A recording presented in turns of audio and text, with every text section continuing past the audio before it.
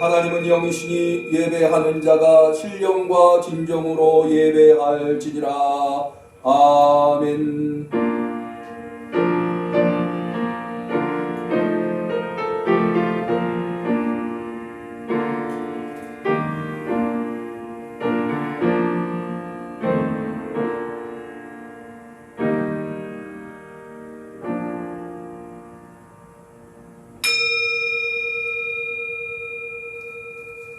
예루살렘아 여호와를 찬송할지어다.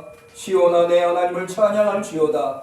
저가 내 문빗장을 견고히 하시고 너희 가운데 자녀에게 복을 주셨으며 내 경내를 평안케 하시고 아름다운 일로 너를 배불리시며 그 명을 땅에 보내시니 그 말씀이 속히 달리는도다. 아멘. 2020년도 너무나도 힘들고 암흑과 같은 한 해를 이렇게 건강하게 주님이 맡겨주신 사명 잘 감당하며 보내게 하시고 2021년도 우리 응암교회의 너무나도 소중한 역사적인 해, 새성전 입당의 해를 맞이하여 그 첫 시간, 첫 주일을 주 앞에 나와 주께 예배케 하신 것 참으로 감사를 올려드리옵나이다. 2021년도는 주님이 허락하신 놀라운 은혜의 한 해인 줄로 믿습니다. 이 한 해의 모든 복은 하늘로부터 오는 것을 우리가 굳게 믿고 이 신년 첫 주에 주님께 겸손한 마음으로 은혜를 구하는 하나님이 아낌없이 은혜를 베풀어 주시는 분이라는 믿음을 가지고 감사함으로 예배하오니 우리의 예배를 받아 주옵소서. 하늘문을 여시고 강물과 같은 복들을 우리 응암교회 성도들과 이 예배에 베풀어 주옵소서. 예수님의 이름으로 기도 올리옵나이다. 아멘.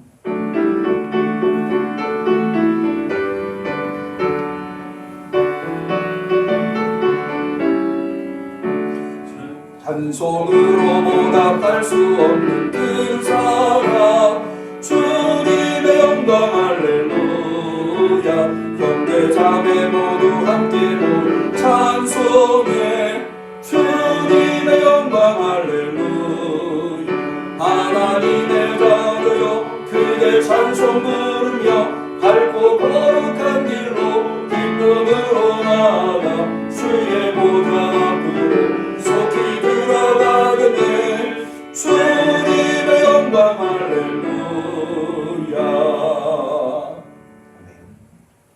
올 한 해 주인이실 뿐만 아니라 우리가 드리는 예배의 주인이신 하나님 앞에 우리의 신앙을 고백할 때에 전능하사 천지를 만드신 하나님 아버지를 내가 믿사오며 그 외아들 우리 주 예수 그리스도를 믿사오니 이는 성령으로 잉태하사 동정녀 마리아에게 나시고 본디오 빌라도에게 고난을 받으사 십자가에 못 박혀 죽으시고 장사한 지 사흘 만에 죽은 자 가운데서 다시 살아나시며 하늘에 오르사 전능하신 하나님 우편에 앉아 계시다가 저리로서 산 자와 죽은 자를 심판하러 오시리라. 성령을 믿사오며 거룩한 공회와 성도가 서로 통하는 것과 죄를 사하여 주시는 것과 몸이 다시 사는 것과 영원히 사는 것을 믿사옵나이다. 아멘.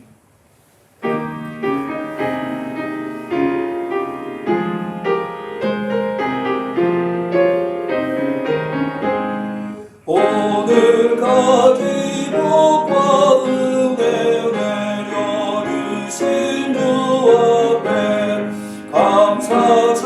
찬송 부르면서 새해 맞이합니다. 우리 갈 길 뒤처럼 주의 빛을 기리고 사랑 줄로 메워주는 은혜 찬양합니다. 죄인 위에 십자가에 희생하신 우리 주 그와 삶에 감격하여 이 몸 맞이옵니다. 우리 갈 길 다가도록 친구 되어주시고 원수들도 사랑하게 새 마음을 주소서. 주의 얼굴 뵙고 살며 하루하루 즐겁고 주와 함께 짐을 지며 짐이 점점 가벼워 이 땅 위에 영광의 날아오는 때까지 사랑의 빛이 날리며 봉사하며 살리라.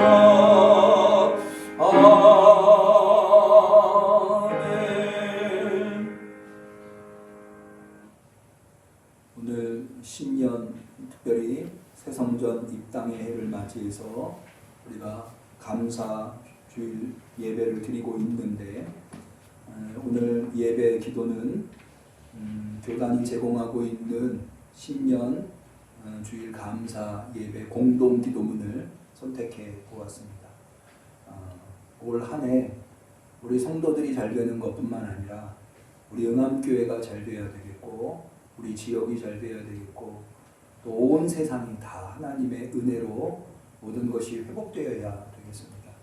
그래서 우리의 교회, 우리의 기도가 신년 첫 주에 드리는 기도만큼은 우리 개인의 복을 구하는 기도를 넘어서서 우리 교회와 공동체 이 나라의 민족, 온 세상에 고통받고 있는 모든 이들을 위한 기도를 드려야 마땅할 것입니다. 그래서 오늘은 그러한 기도의 내용으로 공동 기도문을 준비해 보았습니다. 어제 나눠드린 문자로 나눠드린 순서지에도 공동 기도문이 있고 앞에 스크린을 참고하셔도 공동 기도문이 있겠습니다.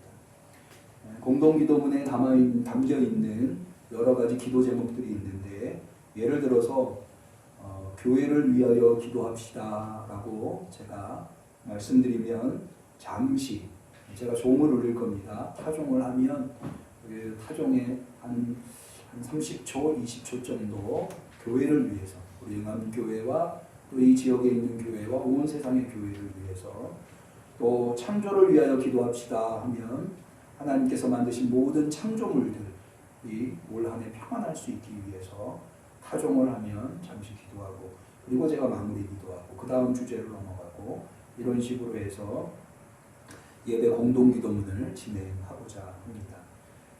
우리 회종 늘 기도하듯이 인도자 부분은 제가 하고요. 회종 부분은 여러분들께서 해주시면 되겠습니다. 그래서 마지막으로 예수님의 이름으로 기도합니다 하고 기도를 끝낼 수 있게 됩니다. 그러면 지금부터 신년 감사 예배 공동 기도문을 통해서 하나님 앞에 우리의 간구를 올려드리겠습니다. 다 같이 기도하십니다.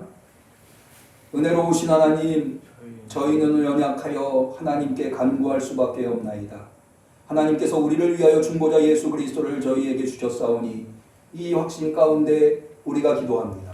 우리의 기도를 들어주시옵소서. 자비로우신 하나님, 우리의 기도를 들어주소서. 교회를 위하여 기도합시다.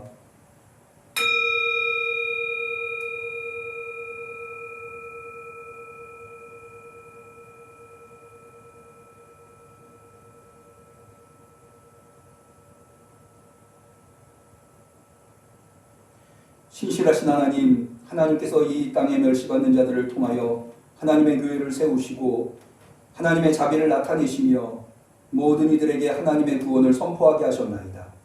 오늘날 하나님께서 택하신 하나님의 백성들을 강하게 하사 모든 시험을 잘 이기게 하여 주시옵소서. 자비로우신 하나님, 우리의 기도를 들어주소서. 창조를 위하여 기도합시다.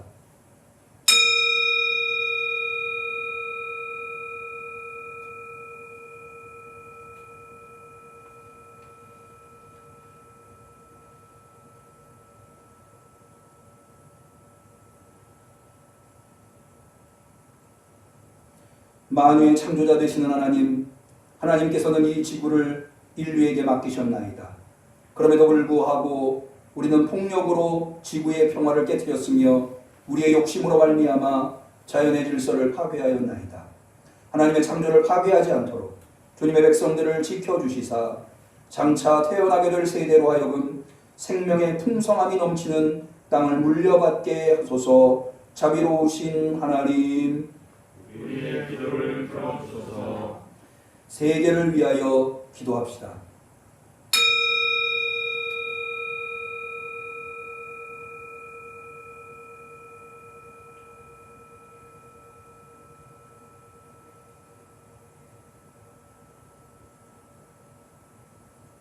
주권자 되시는 하나님, 하나님께서는 나라들의 역사를 주관하실 뿐만 아니라 작은 마을에서 사는 소박한 인생들의 삶도 돌보고 계시나이다. 만국의 백성들을 독재의 사슬에서 구하여 주시고 질병에서 건져주시며 격변과 재앙의 시기로부터 그들을 보호하여 주시옵소서. 그리하여 모두가 영원히 흔들리지 않는 하나님의 왕국으로 들어가게 하소서. 자비로우신 하나님, 우리의 기도를 들어주소서. 평화를 위하여 기도합시다.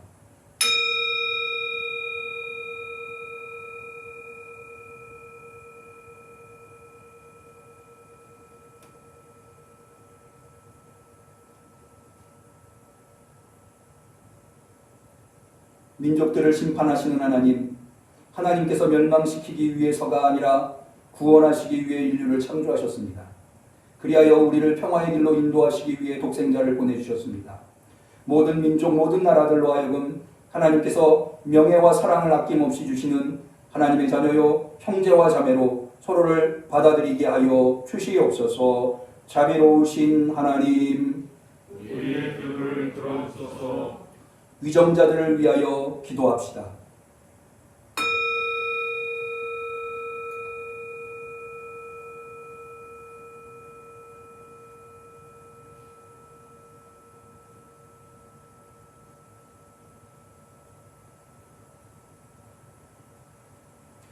가장 높은 곳에 계신 하나님, 하나님을 기쁘시게 하는 권위를 나사렛 예수 안에서 저희에게 보여주셨나이다. 왜냐하면 주님께서는 강한 힘으로 지배하지 아니하시고 아버지의 뜻에 순종하시어 섬김으로써 다스리시기 때문입니다. 우리를 위하여 수고하는 모든 위정자들을 위하여 기도합니다. 우리의 대통령, 국회의원들, 서울시장, 그리고 구청장 이들을 기억하여 주시옵소서. 그리고 그들로 하여금 허탄한 욕심을 쫓지 않게 하시고 지혜와 정의로 다스리게 하여 주시옵소서. 자비로우신 하나님, 우리의 기도를 들어주소서. 우리 마을을 위하여 기도합시다.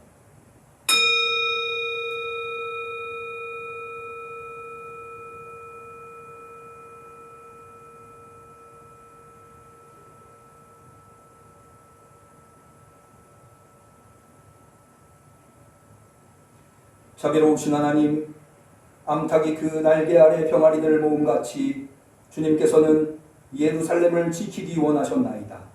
여기에 살고 일하는 모든 사람들을 지켜주시고 강건하게 하여 주시옵소서.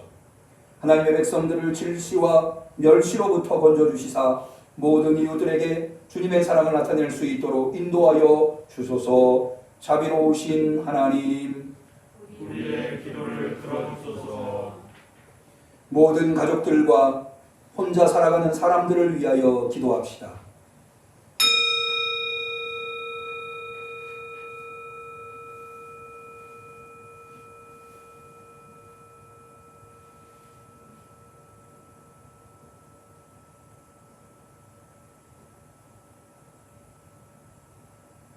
거룩하신 하나님, 하나님께서 땅 위에 사는 모든 가족들에게 이름을 허락하여 주셨습니다. 모든 부모들을 강하게 하사 책임과 사랑을 갖게 하시고 자녀들은 기쁨과 안전함을 알며 사랑과 용서를 가지고 부모를 존경하게 하시옵소서. 하나님께서 참된 부모이신 것을 모든 사람들이 깨닫게 하시고 그래서 존경과 사랑을 가지고 다른 사람을 대하게 하시옵소서. 자비로우신 하나님, 우리의 기도를 들어주소서. 고난과 애통 가운데 있는 모든 사람들을 위하여 기도합시다.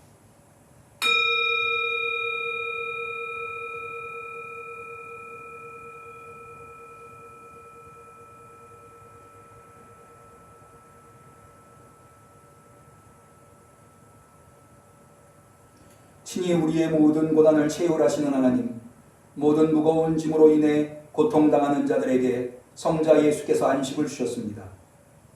몸과 마음과 영혼의 질병으로 고통당하는 자를 주께서 치료하여 주시옵소서. 낙심한 자들에게 용기를 주시고 근심하는 자들을 위로하여 주시옵소서.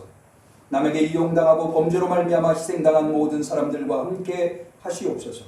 약물과 마약으로 자신을 파괴하고 남에게 해를 입히는 모든 사람들이 돌이켜 깨닫게 하시옵소서.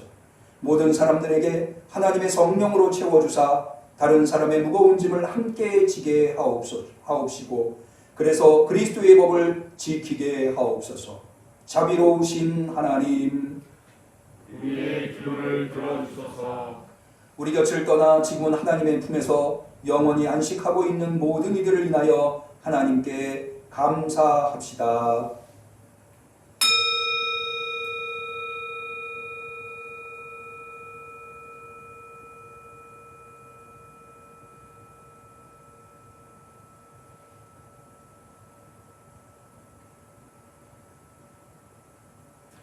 우리 곁을 떠나 지금은 하나님의 품에서 안식하고 있는 모든 이들을 그들의 주인 되시는 영원하신 하나님, 주님의 사랑은 죽음보다 강하며 주님께서 당하신 순환은 무덤보다 강하였습니다. 하나님께서 부르시사 영원한 품 안에 안으신 사람들의 인생을 인하여 우리가 기뻐합니다. 그치지 않는 찬송 가운데 주님의 보좌 앞에 모인 모든 시대 모든 나라의 성도들과 만날 때까지 그들과 기쁨의 교제를 늘 갖도록 우리를 보존하여 주시옵소서. 영광의 주 하나님, 모든 피조물들이 근심 가운데 신음하며 구원을 기다리는 것을 주께서 보십니다.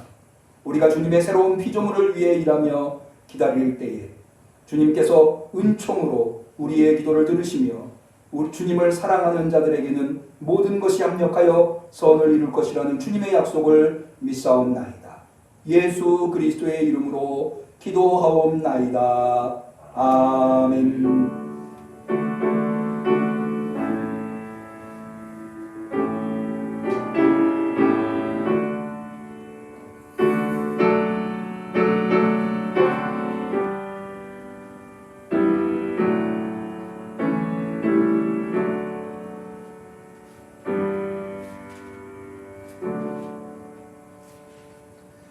하나님께서 우리의 간절한 기도를 들어주시기를 축원합니다. 성시교독의 시간입니다. 교독문은 67번 신년 예배 교독문이 되겠습니다.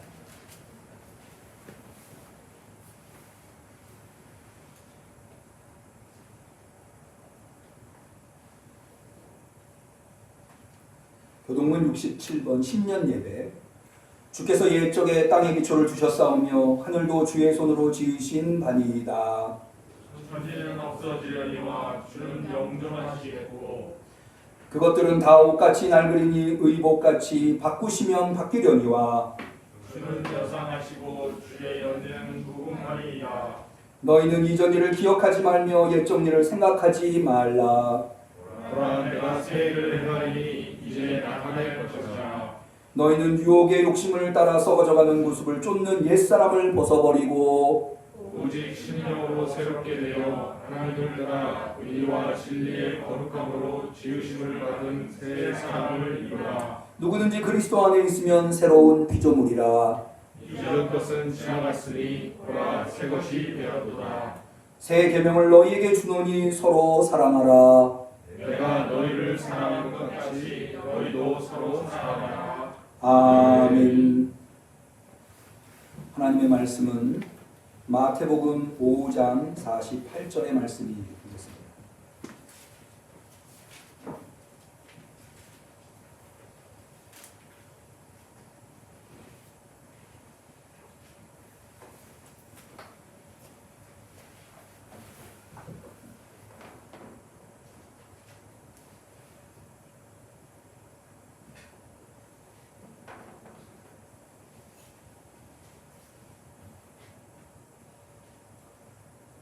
신약성경 8페이지 마태복음 5장 48절.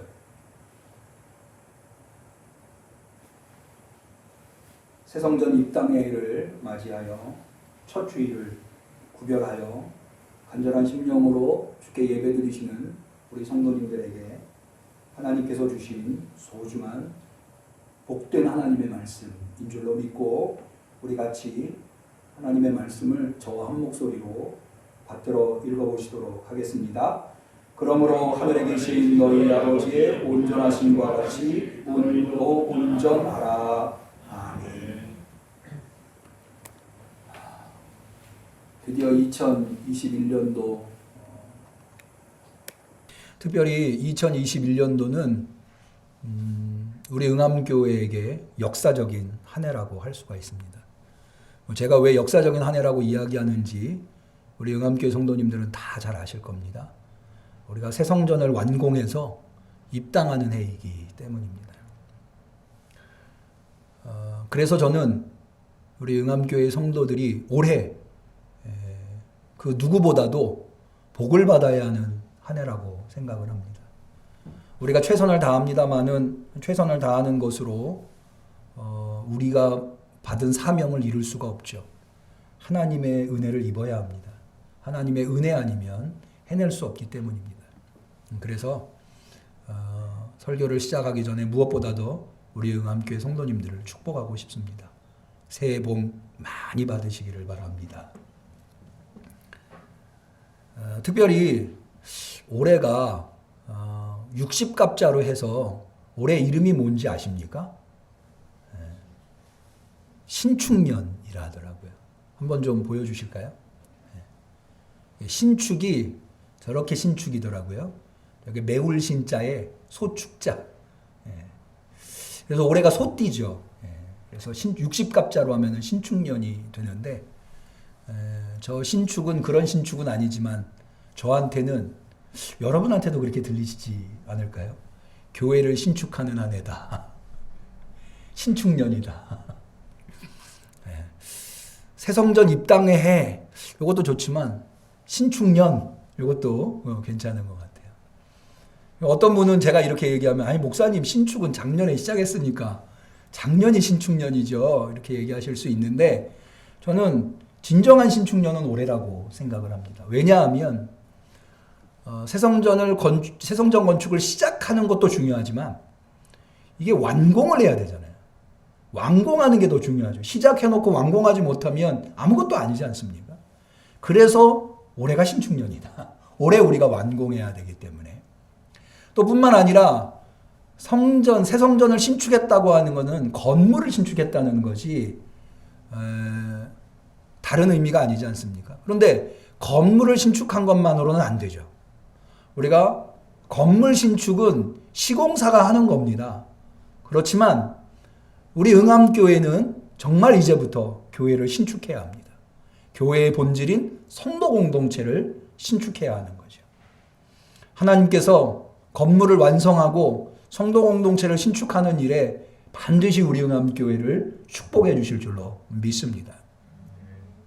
그런 의미에서 올해의 표어를 저는 온전하라. 건물을 신축하는 것도 우리가 완공해야 되니까 온전하라. 저는 개인적으로 우리가 이제 앞으로도 보고를 드릴 기회가 있겠습니다만은 성전 건축을 하는데 우리가 대출을 안 받고 좀 성전을 건축할 수 있었으면 좋겠다 생각을 했습니다만은 여러 가지 여건이 지난 한 해 매우 안 좋았기 때문에 또 우리가 예상치 못한 건축비가 또 발생하더라고요. 미처 예상하지 못한 그런 부분들이 좀 처음에는 한 3억 정도 대출을 받으면 되겠다고 생각을 했는데 한 1억 정도가 더 늘어나서 추가 그 건축비가 한 10%는 늘 된다고 하더라고요. 다른 교회. 그래서 한 1억 6천까지는 우리가 생각을 했는데 그런데 한 1억 정도 더 늘어나 한 4억 정도 대출을 받아야 될 듯 합니다. 그 예상입니다. 그런데 아마도 하나님께서 우리 응암교회를 축복해 주셔서 올 한 해 대출을 다 갚고 헌당까지 할 수 있도록, 그래서 진정한 완공을 할 수 있는, 신축할 수 있는 한 해가 되게 해 주실 줄로 믿습니다. 그런 믿음이 저한테 있습니다. 뿐만 아니라 우리가 교회의 본질을 회복하고 성도 공동체를 신축하는, 그래서 교회가 교회답게 만드는 것, 이것에 온전해야 되겠습니다. 그런 의미에서도 온전하라를 표어로 정해 보았습니다.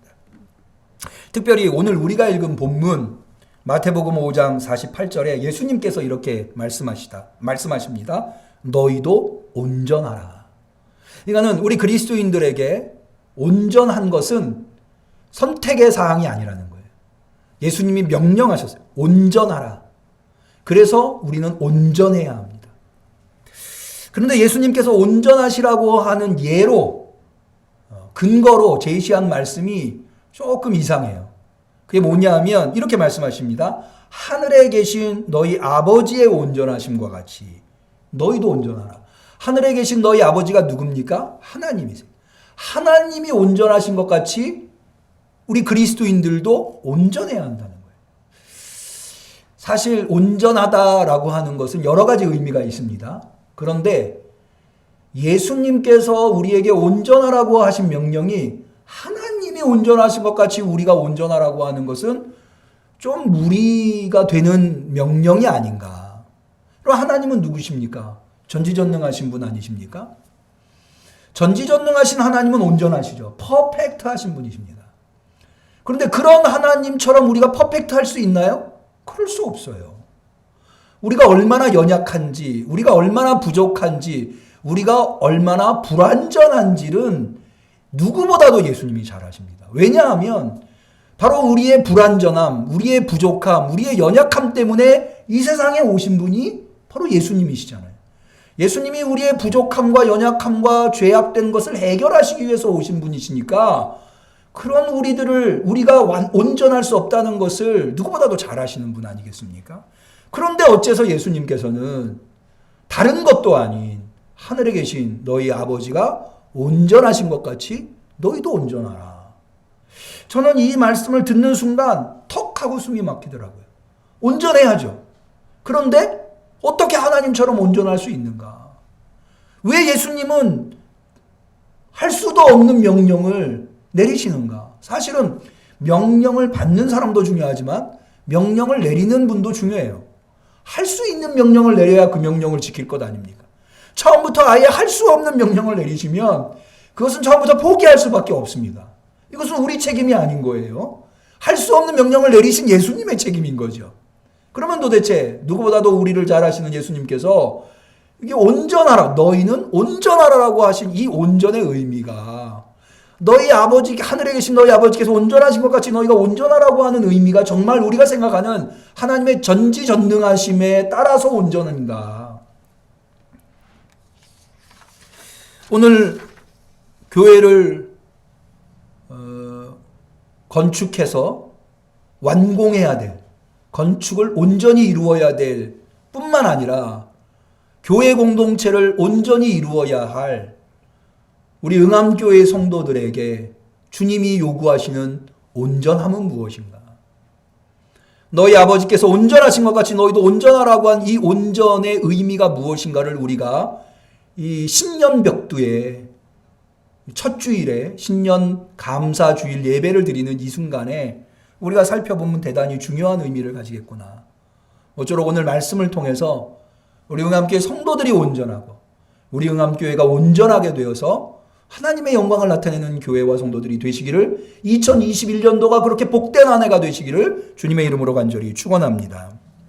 먼저 이 하늘에 계신 너희 아버지의 온전하심과 같이 너희도 온전하라고 한 이 예수님의 말씀이 어떤 의미인가를 알려면 이 말씀이 놓여 있는 말씀의 위치가 어딘가, 문맥이 무엇인가를 우리가 알 필요가 있습니다. 잘 아시다시피 마태복음 5장은 마태복음의 5장에서부터 7장까지 산상설교의 첫 장입니다. 산상순, 마치 예수님께서 모세가 시내산에서 하나님으로부터 계명을 받아서 하나님의 말씀을 백성들한테 선포하듯이 예수님께서는 하나님의 말씀을 선포하고 계신 것입니다. 그러면 이 예수님의 산상설교가 가지고 있는 의미가 무엇인가? 예수님은 왜 산상설교를 하셨는가? 이 산상설교의 핵심적인 주제는 무엇인가 하면 바로 천국윤리라고 하는 겁니다. 천국윤리. 여러분, 각 나라마다 지켜야 할 법이 있는 거죠. 그리고 각 직분마다 지켜야 할 윤리가 있어요. 우리가 흔히 상인들이 지켜야 할 도덕을 상도덕이라고 하죠. 예. 목회자가 지켜야 할 윤리가 목회자 윤리라고 합니다. 모름지기 목회자라면 이런 정도의 삶을 살아내야 한다 라고 하는 것이 목회자 윤리고, 아무리 상인일 돈을 목적으로 장사를 한다 해도 지켜야 할 상도덕이라는 것은 있다. 적어도 이 정도는 이런 게 상도덕이죠. 그럼 천국 윤리는 무엇이냐? 모름지기 천국에 들어가야 될 사람들이 지켜야 할 윤리. 이 윤리를 지키지 않으면 천국 백성이라고 할 수 없는 삶의 태도, 삶의 방식, 그것이 바로 천국 윤리라고 합니다. 대표적인 예로 마태복음 5장 38절에 예수님 이런 말씀을 하십니다. 또 눈은 눈으로 이는 이로 갚으라 하였다는 것을 너희가 들었으나, 이것은 이 땅에서 유대인들이 하나님의 백성으로 살아갈 때 지키는 윤리입니다. 이는 이로 눈은 눈으로 갚으라 하는 것을 너희가 들었다. 이 땅에서 살아가는 사람들 정도면 이 정도의 윤리를 지키면 돼요. 그런데 예수님 뭐라고 말해요? 나는 너희에게 이르노니, 예수님이 다시 말합니다. 악한 자를 대적지 말라. 누구든지 내 오른편 뺨을 치거든 왼편도 돌려내라. 다시 말해서 이 세상이 전부라고 생각하면서 이 세상에서 살아가는 사람들은 내가 눈에 해코지를 당하면 눈으로 갚고 이에 해코지를 당하면 이로 갚는 정도로 하면 된다는 거예요. 사실은 그 정도. 눈을 해코지를 당했는데 그 사람의 생명을 빼앗지 않고 눈 정도로 끝내는 것, 그 정도는 이 세상에서 지켜야 할 윤리 정도라는 거예요. 그런데 천국을 들어가기로 되어 있는 그런 그리스도인들은 그 정도의 윤리를 가지고는 안 된다는 거예요. 원수를 갚으려고 해서는 안 된다는 거죠. 악한 자를 대적하지 말고 누군가 너의 오른편 뺨을 때리면 왼편 뺨도 돌려댈 수 있는 삶의 태도, 삶의 방식을 가지고 있어야 한다는 거예요. 왜 이렇게 강화되어 있는, 사실은 오른편 뺨을 맞았는데 왼편 뺨을 돌려대는 게 쉬운 일입니까? 쉽지 않은 일이에요. 이 오른편 뺨을 맞는다고 하는 것은 어떤 의미를 가지고 있냐면요. 여러분, 우리가 유대인들도 동양인들이기 때문에 대부분의 동양인들이 그렇습니다. 오른손잡이에요. 오른손잡이가 마주보고 있는 사람의 뺨을 때린다고 그러면 어느 쪽 뺨을 때리겠습니까? 왼쪽 뺨을 때릴 수밖에 없어요. 그런데 오른쪽 뺨을 때렸다고 하는 것은 뭘 의미하냐면, 어떻게 때린 거냐면 손등으로 올려친 거를 의미해요. 여러분, 뺨을 손바닥으로 때리는 게 더 아플까요? 손등으로 때리는 게 더 아플까요? 제 생각에는 손바닥으로 때리는 게 더 아플 것 같아요. 이렇게 후려치니까요. 근데 왜 손등으로 때릴까요? 이 손등으로 때리면요, 상대방의 가격하는 파워는 약할지 모르지만 마음에 주는 상처는 더 심각할 겁니다. 계획적으로 때리는 거예요. 갑자기 화가 나가지고 나도 모르게 손이 나간 게 아니라 내가 저 사람한테 모멸감을 줘야 되겠다 라고 하고 때리는 거거든요. 그러니까 이거 원수인 거예요. 근데 그런 원수가 오른편 뺨을 때리면 어떻게 하라고요? 왼편 뺨. 이거 쉽겠어요? 이거 어려운 일이에요. 그런데 천국에 들어가는 사람, 천국에 들어가려고 하는 사람이라면 이런 윤리를 지켜야 된다는 거예요. 근데 이거는요, 선택에 할 수 있으면 하고 못하겠으면 하지 마라, 이게 아니에요. 예수님께서는 이 천국 윤리가 반드시 지켜야 할 것으로 말씀하시는데 그것을 우리가 어디서 알 수 있는가 하면은 예복을 입지 않은 사람의 비유를 통해서 알 수가 있어요. 이 예복을 입지 않은 사람의 비유가 마태복음 22장에 나오는데요. 이 비유는 이렇게 시작됩니다. 원래 왕의 아들, 왕자의 결혼식이 있는데 초대되기로 한 사람들이 오질 않는 거예요. 그래서 왕이 그 사람들을 진멸하고 새로운 사람들로 이 잔치자리를 메꿔요. 그게 누구냐? 예수 그리스도에 의해서 초청받은 사람들이에요. 되게 성경에서 잔치하면은 예수님의 비유에서 잔치하면은 천국 잔치를 이야기합니다. 이 천국 잔치가 열린 거예요. 원래 초대됐던 사람들이 오지 않으려고 해서 새로운 사람들, 그 사람들이 누구예요? 저와 여러분들이에요. 그런 사람들이 천국 잔치에 예수 그리스도를 참여하게 됐어요. 그런데 왕이 마태복음은 누가복음은 여기서 끝났는데 마태복음은 여기서 한 걸음 더 나가서 왕이 이 천국 잔치에 이 왕의 아들 혼인 잔치에 와서 참관을 합니다. 그래서 하객들을 만나요. 근데 그 중에 누가 있느냐? 예복을 입지 않은 한 사람이 있는 거예요. 이 성경에서 예복이라고 하는 것은 뭘 의미하냐면 복장이라고 하는 것은 그 사람이 누군가 그 사람이 보여주는 삶의 태도를 의미합니다. 예를 들어서 의사가 뭘 입고 있죠? 의사 가운을 입고 있죠. 의사 가운을 입으면 뭐 하는 사람이에요? 치료하는 사람이에요. 경찰은 경찰복을 입고 있죠? 법을 집행하는 사람이에요. 그러니까 무슨 복장을 입느냐가 그 사람이 누군가 그리고 그가 어떤 행동을 하는가를 규정하는 거거든요. 그러니까 천국잔치에 왔다는 것은 천국잔치에 천국에 어울리는 삶의 태도를 겸비하고 있다고 하는 것을 의미해요. 근데 어떤 사람이 그런 삶을 살지 않는 거예요. 옷을 입지 않았다고 하는. 그 사람한테 물어요. 너 왜 옷을 입지 않았느냐? 이 사람이 뭐라고 대답합니까? 대답이 없어요. 유구무원이거늘. 여러 가지로 해석합니다만은 뭐라고 해석을 해도 이 사람은 분명한 것은 천국잔치에 예복을 입고 와야 한다고 하는 것을 알고 있는 사람이에요. 몰랐다면 저 몰랐는데 이렇게 얘기하겠죠. 아는데도 안 입고 온 거예요. 그러니까 말을 못하는 거죠. 이런저런 핑계 될 수 있어요. 여러분 우리가 천국 삶을 오른편 뺨을 맞았는데 왼편 뺨을 돌려대지 않을 예수님 세상 살다 뭐 어떻게 그렇게 삽니까? 그렇게 못 삽니다. 말할 수 있어요. 여러 가지 이유가 있을 수 있어요. 그런데 입어야 한다는 것은 이미 예수님이 말씀하셨거든요. 입어야 하는데 입지 않았어요. 입지 않은 그를 어떻게 합니까? 왕이 13절에 보면은 임금이 사환들에게 말하되 그 수족을 결박하여 바깥 어두움에 내어 던지라. 거기서 슬피 울며 이를 갈미 있으리라. 무슨 얘기예요? 천국잔치에 왔다가도 쫓겨난다는 거예요. 마태복음에는 이런 사상이 많이 있어요. 교회 공동체 안에 천국 잔치 안에 참여했다고 다가 아니라는 거예요. 거기에 맞는 삶이 있어야 된다는 거예요. 천국 윤리가 구현돼야 된다는 거예요. 이런 맥락 안에 있는 것이 바로 산상설교다. 그런데 이 산상설교에는 여러 가지 내용으로 구성되어 있는데 특별히 마태복음 5장 48절이 들어있는 것은 이른바 6가지 반제, 예수님이 말씀하신 6가지 반제의 마지막 부분이에요. 6가지 반제라고 하는 게 마태복음 5장에서부터 7장까지는 여러 가지 내용들을 담고 있는데 첫 번째로 왜 팔복이 있지 않습니까? 심령이 가난한 자는 복이 있나니 해서 팔복의 내용이 나오고 그 다음에 이제 6가지 반제들, 이 6가지 반제라고 하는 것이 무엇이냐면 반제가 뭐냐면 너희가 이렇게 들었느냐? 내가 너희에게 다시 말 정제가 있어요. 바를 정자 정제가 있고 이미 사람들이 잘 알고 있는 명제 정제가 있고 그런데 예수님께서 다시 말씀하시는 대부분의 여기 나와 있는 정제들은 모세의 율법이 규정하고 있는 바예요. 그런데 예수님께서는 그 모세의 율법이 규정하고 있는 명제들, 주제들을 거기에서 강화하거나 뒤집어 엎으세요. 이렇게 할 수 있으려면 예수님은 모세보다 더 권위 있는 분이셔야 해요. 그런데 이 주제들, 이 반제가 6개의 주제로 나오고 있다고 하는 거예요.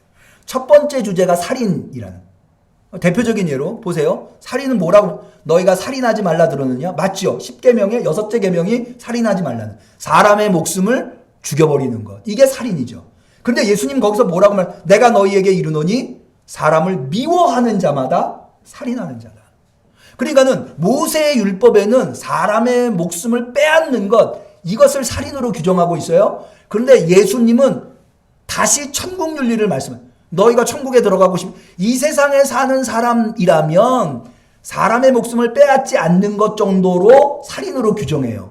그런데 천국에 들어가려고 하는 사람이라면 그것만이 살인이 아니라, 살인죄가 얼마나 심각한 죄입니까? 그런데 사람을 미워하는 것도 살인죄에 해당하는 것으로 경계해야 한다는 거예요. 미워해서는 안 된다는 거예요.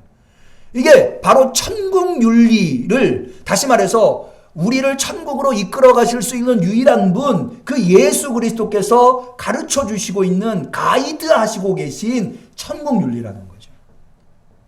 두 번째가 간음하지 말라요. 세 번째 이혼에 대해서, 네 번째 맹세에 대해서, 보복에 대해서, 그리고 마지막 여섯 번째가 원수 사랑에 대해서. 이 6가지 주제는 사실은 큰 카테고리 안에 놓여 있어요. 이 6가지 주제가 지향하고 있는 목표점이 같아요. 그게 뭐냐면 모두 다 사랑에 관한 이야기예요. 아까 말씀드렸죠? 살인하지 말라. 그런데 그것을 강화하셔서 살인이라고 하는 것은 사람의 목숨을 빼앗는 것뿐만 아니라 누군가를 미워하는 것만으로도 대단히 심각한 범죄라고 하는 거죠. 사랑을 강화하고 있는 거죠. 보복하는 것, 아까 이는 이로 눈은 눈으로 갚으라 하는 것을 너희가 들었느냐? 이게 보복, 이 세상에서 통용되는 것. 그래서 누군가 범죄하면 사실은요, 재판을 하는 이유가 뭐냐면 보복을 개별적으로 하면 심각한 보복, 예를 들어서 저 사람이 나한테 5을 잘못했는데 내가 개인적으로 보복을 하면은 50 정도의 보복을 할 수 있거든요. 그렇게 그러면 또 다른 보복을 낳지 않겠습니까? 보복이 보복을 낳을 수 있으니까 사회적으로 복수를 해주는 것이, 그래서 고통당한 사람이 어느 정도 그 미움을 가라앉히기 위해서 하는 제도가 사실은 재판이라고 하는 제도예요. 어느 정도 피해를 입은 피해자가 어느 정도 용납할, 그래서 간혹 보면은요, 재판을 해도 그 재판의 판결을 피해자가 용납 못해서 재판장을 살해하려고 한다거나. 그래서 여러분 가만 보세요. 매스컴에서요, 누구의 얼굴은, 이름은 나와도 얼굴은 절대 보여주지 않는 게 재판장이에요. 판사의 얼굴은 뉴스나 이런 데 사진이 안 나와요. 왜 안 나오냐면 보복할까봐. 어떤 피해자가 그 얼굴 보고 보복할까봐. 이런 부분들이 있거든요. 그러니까 이 세상에서 사는 정도의 윤리를 가지고 있는 사람들은 이를 이로 갚는 것, 눈을 눈으로 갚는 것으로 족하다는 거예요. 그런데 천국 윤리로는 그렇지 않다는 거예요. 천국은 사랑이 강화되어 있는 부분이기 때문에 원수를 갚으려고 해서도 안 되고, 오히려 너를 미워하고 너를 해코지한 사람을 위해서 기도할 수 있어야 하는, 이게 다 사랑에 관한 주제라고 할 수가 있습니다. 다시 말해서 이 6가지 주제는 사랑을 강화하는 쪽으로 예수님께서 반제를 다시 이야기하고 계시다. 그 결정적인 그것의 결론이 무엇이냐? 그러므로 하늘에 계신 너희 아버지께서 온전하심과 같이 너희도 온전하라. 그러니까는 우리가 하나님의 온전함을 닮아야 하는 것은 하나님의 전지전능하신 능력이 아니에요. 하나님의 모든 것을 알고 계신 지혜가 아니에요. 우리가 닮아야 하는 하나님의 온전하심은 하나님의 사랑의 온전함이에요. 그것이 바로 마지막 6번째 원수 사랑에 관해서 예수님이 말씀하시는 대목이라는 거예요. 자, 여러분, 우리가 아주, 이게 어려운 얘기가 아니에요. 아주 쉬운 얘기예요. 여러분, 사랑에는 여러 종류의 사랑이 있어요. 가족을 사랑하는 것, 친구를 사랑하는 것, 하나님을 사랑하는 것. 그런데 그 사랑이 온전하려면 무엇이 이루어져야 온전한가? 원수까지도 사랑할 수 있어야 그 사랑이 온전한 사랑이라는 거예요. 원수는 사랑하지 않고 내가 사랑할 만한 사람만 사랑하면 그거는 부족한 사랑이라는, 온전한 사랑이 아니에요. 왜? 원수를 사랑할 수 있는 사랑이 있으니까. 아니, 도대체 세상에 누가 원수를 사랑합니까? 누가 원수를 사랑합니까? 하늘에 계신 우리 아버지가 원수를 사랑합니다. 자, 거기에 대해서 예수님께서는 오늘 본문에서 45절에 이렇게, 44절부터 하면, 나는 너희에게 이르노니 너희 원수를 사랑하며 너희를 핍박하는 자를 위하여 기도하라. 이같이 한즉 하늘에 계신 너희 아버지의 아들이 되리니. 이같이 한즉. 여러분 이게 바로 그 유명한 하나님 닮음 사상입니다. 하나님 닮음 사상. 이 하나님 닮음 사상이라고 하는 것은 뭐냐면 여러분 우리 그리스도인들을 뭐라고 합니까? 하나님의 자녀라고 하죠. 하나님의 자녀라고 하는 것은 하나님이 누구입니까? 우리의 어버이가 되시는 분이. 우리가 하나님을 아버지라고 부르는 것은 예수님에 의한 거예요. 예수님이 하나님을 아바 아버지라고 부르셨기 때문에. 그래서 우리는 예수 믿는 사람들은 하나님의 자녀라고 이야기할 수 있는 거예요. 그런데 예수님에 의하면 모름지기 하나님의 자녀라면 하나님을 닮아야 한다는 거예요.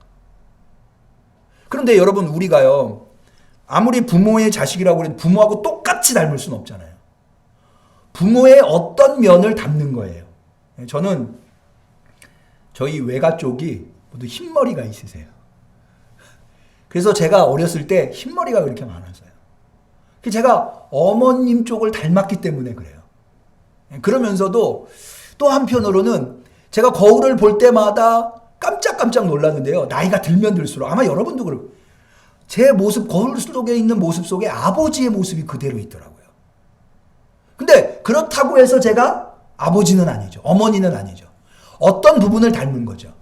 예수님께서 우리가 하나님을 아버지라고 부르는 하나님의 자녀라고 하면 하나님을 닮아야 되는데 어떤 부분을 닮아야 된다고 예수님을 말씀하시는가 하면 이 부분이에요. 자, 볼까요? 이는 자, 45절입니다. 하나님이 그 해를 악인과 선인에게 비추게 하시며 비를 의로운 자와 불의한 자에게 내리우십니다. 하나님의 자녀라고 하면 하나님을 닮아야 하는데 하나님의 어떤 부분을 닮아야 하냐? 하나님이 악인과 선인에게 해를 내리셔요. 하나님이 비를 의로운 자와 불의한 자에게 내리셔요. 요걸 닮아야 된다는 거예요. 요걸. 이게 뭐냐? 바로 하나님의 사랑이라는 거죠. 자, 이게 단어의 배열이요. 얼마나 치밀한지 몰라요. 자, 해를 누구한테 내려요? 악인이 먼저 나와요. 악인과 의인. 자, 비를 누구한테 내려요? 이번에는 의로운 자가 먼저 나요. 의로운 자, 불의한 자. 자, 의인과 의로운 자가 가운데 있고요. 악인과 불의한 자가 밖에 있어요. 이게 어떤 의미를 가지고 있는가? 하나님의 사랑이 얼마나 포괄적으로 이 모든 것을 감싸고 있는가라고 하는 것을 이걸 통해서 보여주고 이런 문장, 단어 배열을 통해서 그러니까는 가운데 있는 의인과 의로운 자뿐만 아니라 밖에 있을 수 있는 악인과 불의한 자도 하나님의 사랑 안에 포함되어 있다. 이게 하나님의 사랑의 온전함이다. 라고 다른 건 몰라도 우리가 모름지기 하나님의 자녀라고 한다면 하나님의 이 성품, 이 사랑하심, 악인까지도 불의한 자까지에게도 그렇게 해와 여러분 해와 비는 하늘이 베풀 수 있는 가장 좋은 것이에요. 그거를 의인들뿐만 아니라 불의한 자와 악인에게도 베푸신다. 이게 하나님의 사랑이에요. 그러면 왜 하나님의 자녀는 하나님의 사랑이라고 하는 측면을 닮아야 하는가? 여긴 두 가지 이유가 있어요. 첫 번째 이유는 뭐냐면 하나님의 사랑은 하나님의 본질이기 때문이에요. 여러분 우리가 부모님이 아까 말씀드린 대로 제가 아버지의 아들이지만 아버지의 모든 걸 닮을 수는 없어요. 다만 아버지의 유전자를 받아서 아버지의 어떤 습성을 대부분은 부모의 본질을 담는 거예요. DNA를 담는 거죠. 하나님의 자녀라고 한다면 하나님의 본질, 다른 건 몰라도 하나님의 본질만큼은 닮아야 된다. 두 번째 이유는 뭐냐 하면 바로 그 하나님의 본질적인 사랑에 의해서 그리스도인들이 되었다고 하는 거예요. 여러분 우리가 어떻게 그리스도인이 되었습니까? 바로 예수 그리스도께서 이 땅에 오셔서 십자가에 우리의 죄를 대속하여 주셨기 때문에 우리가 그리스도인이 되었고 구원을 얻게 된 것 아닙니까? 그건 뭐에 의해서 이루어진 거예요? 요한복음 3장 16절 하나님이 세상을 이처럼 사랑하사 독생자를 주셨으니 저로 말미암지 않고는 아버지께로 올 자가 없느니라. 다시 말해서 그 하나님의 원수까지도 죄인까지도 사랑하시는 그 사랑이 발현되어서 예수 그리스도를 통해서 발현되어서 우리가 그리스도인이 되었고 죄를 용서받았고 구원을 얻게 되었다는 거예요. 이 수혜를 입은 거예요, 우리가. 이 하나님의 온전하신 사랑의 수혜를 입었기 때문에 우리는 구원받은 자가 된 거죠. 구원을 바라볼 수 있게 된 거예요. 그렇기 때문에 하나님은 우리한테 사랑을, 온전한 사랑을 요구하신다는 거예요. 여러분, 이 사랑이라, 온전한 사랑이라고 하는 것이 해도 되고 안 해도 되고의 문제가 아니라고 하는 것을 예수님께서는 1만 달란트를 빚진 신하의 비유를 통해서 얘기하고 있어요. 어떤 임금한테 신하가 1만 달란트를 1만 달란트가 얼마나 큰 돈이냐면 개인이 빚질 수 있는 돈이 아니에요. 한 달란트는, 달란트라고 하는 단위가 우리나라의 금이나 은을 재는 단위처럼 그런 단위예요. 그래서 한 달란트는 노동자 15년 품삯입니다. 그러니까 1만 달란트는 몇 년 품삯이에요? 15만 년. 노동자가 15만 년 동안. 그러니까 이건 갚을 수 없는 돈이에요, 개인이. 그런데 이 신하가 그런 빚을 왕에게 져가지고 왕한테 하소연을 도저히 그래서 왕이 어떻게 합니까? 다 탕감해줘요. 이 기분이 좋아가지고 자기 동네로 가다가 친구를 만나요. 근데 친구가 자기한테 100데나리온을 빚졌어요. 100데나리온은 얼마 정도 되는가? 대략 한 데나리온이 노동자 하루 품삯이니까 100일 정도. 대개 노동자 하루가 한 10만 원 정도 번다고 치면 1000만 원 정도. 적은 돈은 아니에요. 100데나리온도. 그런데 뭐와 비교하면, 1만 달란트와 비교하면 아무것도 아닌 거죠. 이 비유를 통해서 예수님 뭘 말씀하십니까? 너희가 어마어마한 사랑을 받았다는 거예요, 하나님으로부터.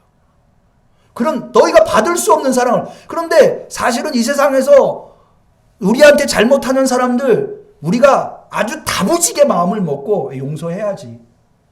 할 수 있다는 거예요. 못하는 게 아니라. 할 수 있는 것도 안 한다면, 여러분, 우리가 믿는 하나님은요, 내가 누군지 정확하게 아세요. 그래서 헌금을 드릴 때도요, 저는 이렇게 얘기해요. 내가 할 수 없는 헌금을 하나님이 하시라고 하는 분 아니다. 그러나 내가 할 수 있는데도 안 하고 있는 것을 하나님이 용납하는 분도 아니다. 사람도 마찬가지예요. 내가 노력하고, 비록 힘든 일이죠. 노력하고 애쓰면 할 수 있어요. 그런데 그것조차 하고 있지 않은 것을 하나님이 용납하지 않아요. 그래서 그 100데나리온 빚진 자 친구를 멱살잡이를 해요. 너 100데나리온 갚아라. 그것을 친구 신하가 봐요. 왕에게 일러요. 왕이 다시 신하를 불러요. 내가 너 1만 달란트 빚진 거 다 탕감해줬는데 그 100데나리온도 용서를 못하냐? 다시 감옥에 쳐넣습니다. 너 1만 달란트 중에 한 푼이라도 갚기 전에는 나오지 못한다. 못 나온다는 얘기예요. 뭐예요? 예수님 무슨 말씀하시는 거예요? 너가 하나님의 온전한 사랑에 의해서 구원받고 천국을 바라보게 되었냐? 그랬다면 너도 해야 된다는 거예요. 그 사랑, 온전한 사랑. 그게 바로 여기 오늘 담겨있는, 그러므로 하늘에 계신 너희 아버지의 온전하심과 같이 너희도 온전하라 라고 하는 말의 의미가 되겠습니다. 여러분, 우리 응암교회가 어떻게 온전해질 수 있을까요? 우리 응암교회가 온전해지기를 축원합니다. 우리 응암교회 성도들이 온전해지기를 축원합니다. 주님이 원하시는 온전함, 그것은 무엇일까요? 그건 다름이 아니에요. 사랑의 온전함이에요.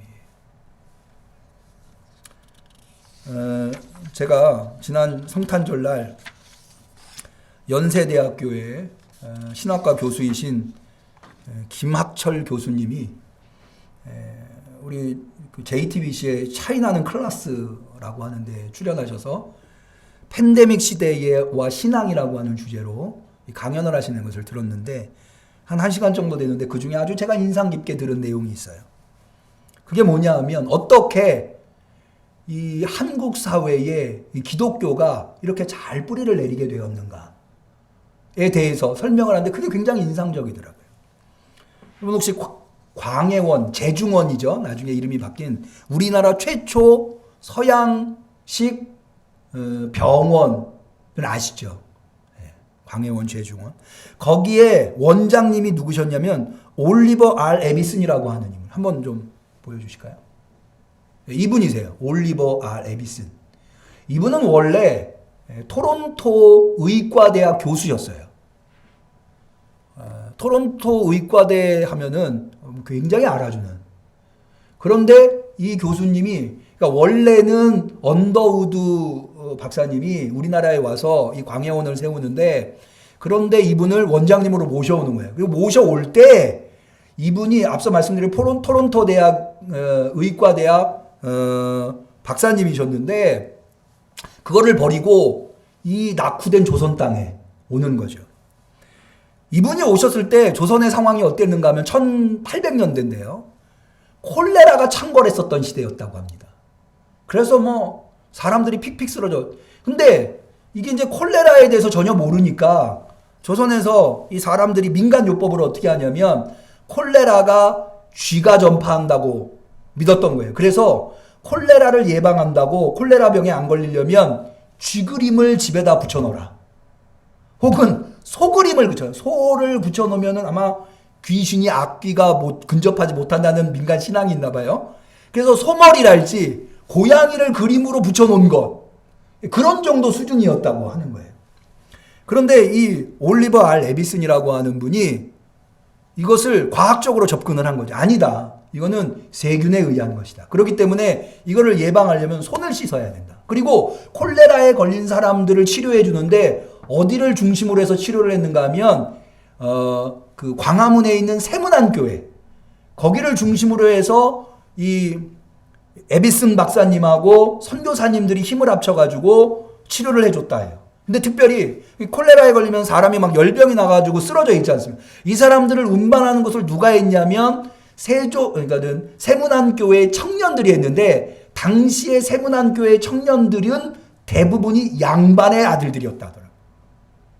그러니까 양반 아들들이 이 콜레라에 걸린 사람들, 자기도 콜레라에 걸릴 수 있는데도 불구하고 들쳐업고 이 들것에 들고 병원에다 데려다 주는 거예요.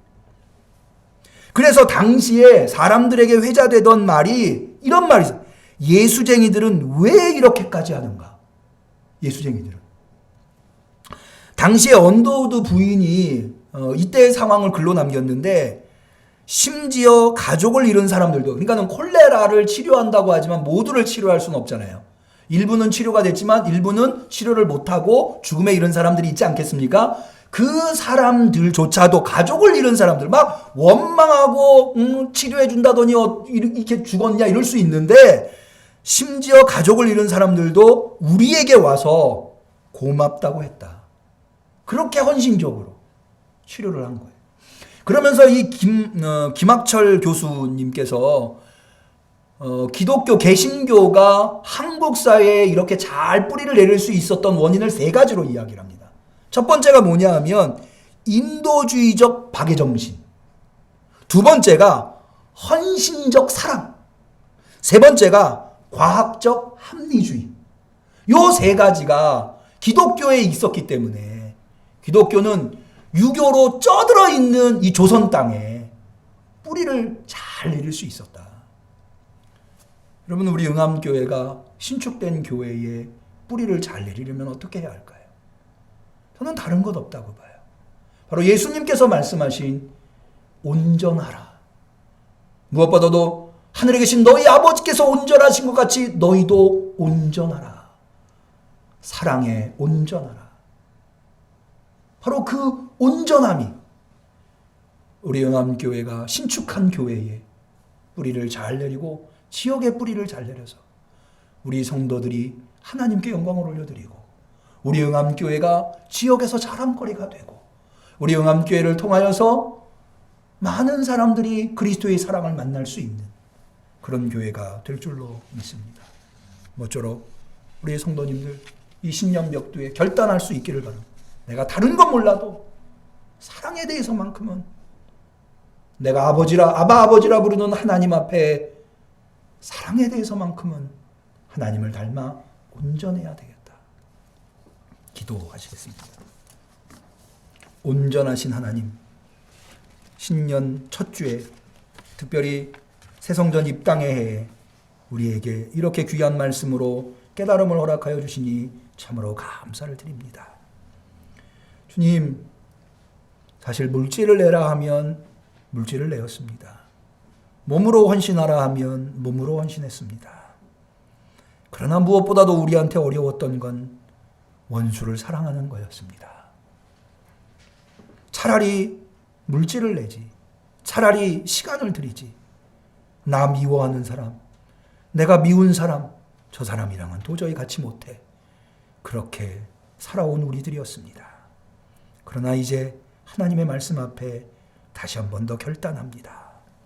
주여, 우리 응암교회 성도들, 다른 건 몰라도 사랑에 대해서만큼은 2021년도가 온전한 한 해가 되기 위해서, 우리 응암교회가 온전한 교회가 되기 위해서, 우리들이 온전한 그리스도인이 되기 위해서 사랑에 온전하려고 합니다. 결단을 내립니다. 우리를 도와주시옵소서. 우리가 얼마나 쉽게 미움에 사로잡히는지 성령님 잘 아시지요.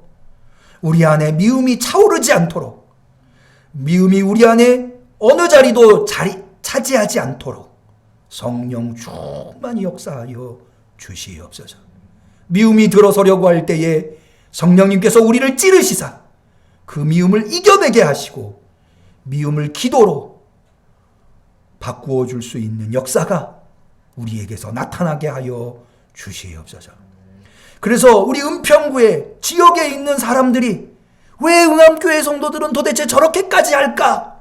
라고 말할 수 있는 소문난, 사랑으로 소문난 교회가 되게 하옵소서. 예수님의 이름으로 기도 올리옵나이다. 우리는 감사하는 마음으로 이 예물을 드립니다.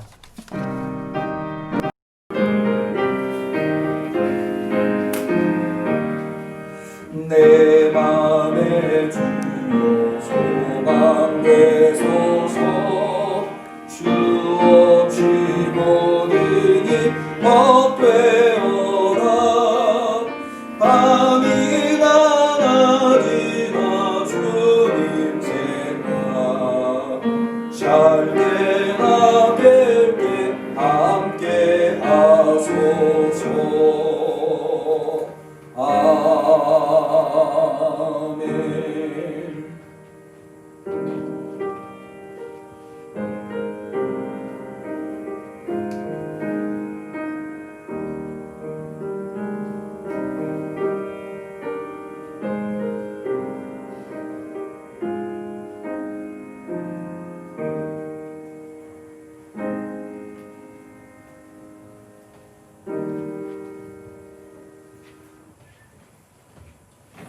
주님 앞에 귀한 예물 드린 손길이 있습니다. 11조 예물, 선교헌금, 목적금, 건축원금, 주정원금, 또한 신년 예배 감사원금.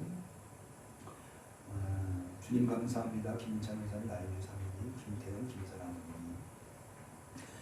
어머니. 그 외에도 온라인을 통해서 예배 드리시는 성도님들께서 온라인 계좌로 봉헌해 주신 예물들이 있습니다. 우리 드린 예물을 위해서 기도 올리겠습니다. 놀라운 은혜로 우리에게 한량없이 채워주시는 만복의 근원이 되시는 하나님, 그 하나님을 새해 첫 주에 다시 한 번 더 붙듭니다.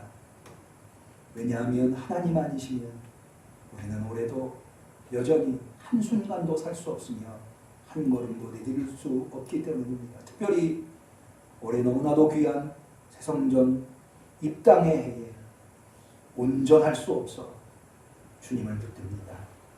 주님을 붙들기 위하여 주께 예배하는 우리 성도들, 주님을 또한 우리의 삶의 주인 되신다고 고백하면서 드린 예물이 주님 앞에 놓여 있습니다. 비대면 예배로 우리가 예배를 드리지만 우리가 드리는 예물의 간절함은 변함이 없습니다. 주여, 이 예물을 받아 주옵소서. 이 예물을 드린 손길 또한 축복하여 주시옵시되 그 손이 물질 때문에 부끄럽게 되지 않게 하여 주시옵소서. 특별히 주님, 긴 질병의 해를 건너온 우리 응암교회 성도들 건강을 붙잡아 주옵소서. 건강해야 주님이 맡겨주신 사명 감당할 수 있지 않겠습니까? 또한 가정의 행복을 허락하여 주옵소서. 가정에 문제가 없어야 주의 사명에 집중할 수 있겠나이다. 또한 생업을 붙잡아 주옵소서. 주님이 맡겨주신 사랑, 주님이 맡겨주신 사명 나누려면 물질이 있어야 합니다. 주님, 물질로 섬길 수 있는 우리 영암교회 성도들의 손길이 다 되게 하여 주시옵소서. 그래서 올 한 해 참으로 많은 사랑을 베풀기에 부족함이 없는 우리 성도들 가정 우리 응암교회가 되게 하여 주시옵소서. 특별히 주여 이 신년 첫 주에 감사하며 주께 이 종이 간절히 구하옵는 것은 우리 응암교회 성도들 올 한 해 아무도 아프거나 병들거나 다치지 않도록, 아니 오히려 다치신 분이 있다고, 오히려 병드신 분이 있다고 한다면 주님의 피 묻은 손으로 안수하여 주시옵시사 깨끗하게 낫게 하여 주시옵소서. 간절히 축복하며 감사하며 예수님의 이름으로 기도 올리옵나이다.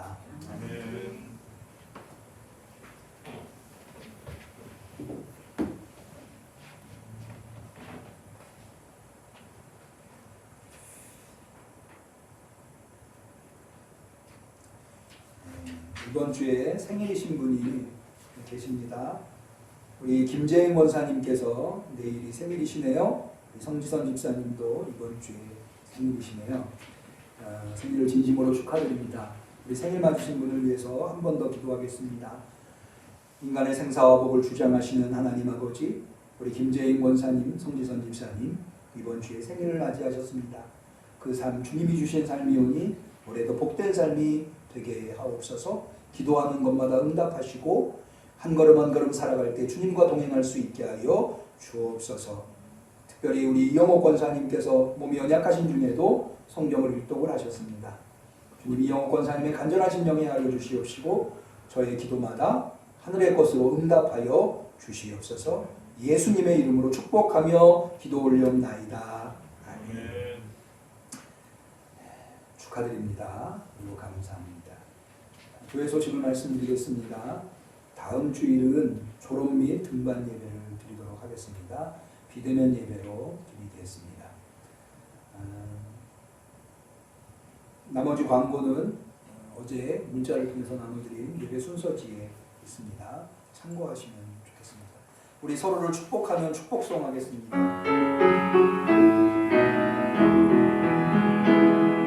사랑하는 자여 너의 영혼이 절됨같이 언제나 범사에 잘되고 강건하기를 내가 간구하노라. 하나님께 영광의 박수 올립니다. 우리 각 가정에서 가족들과 서로 성도의 친교를 나누도록 하겠습니다. 새해 복 많이 받으세요. 감사합니다. 올해는 서로가 서로에게 복을 많이 비는 한 해가 되었으면 합니다. 송령하시겠습니다.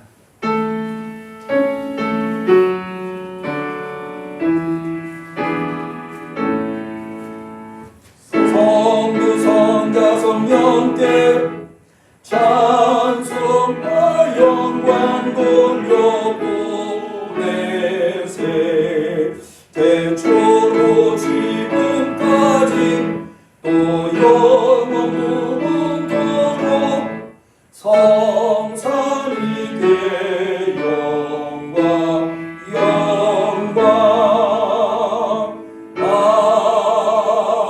아멘.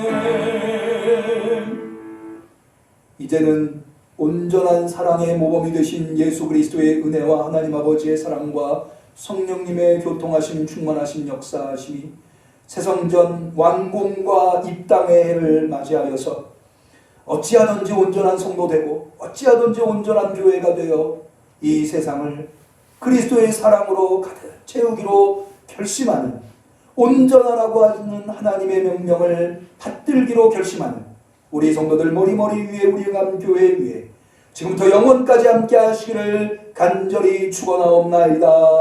아멘.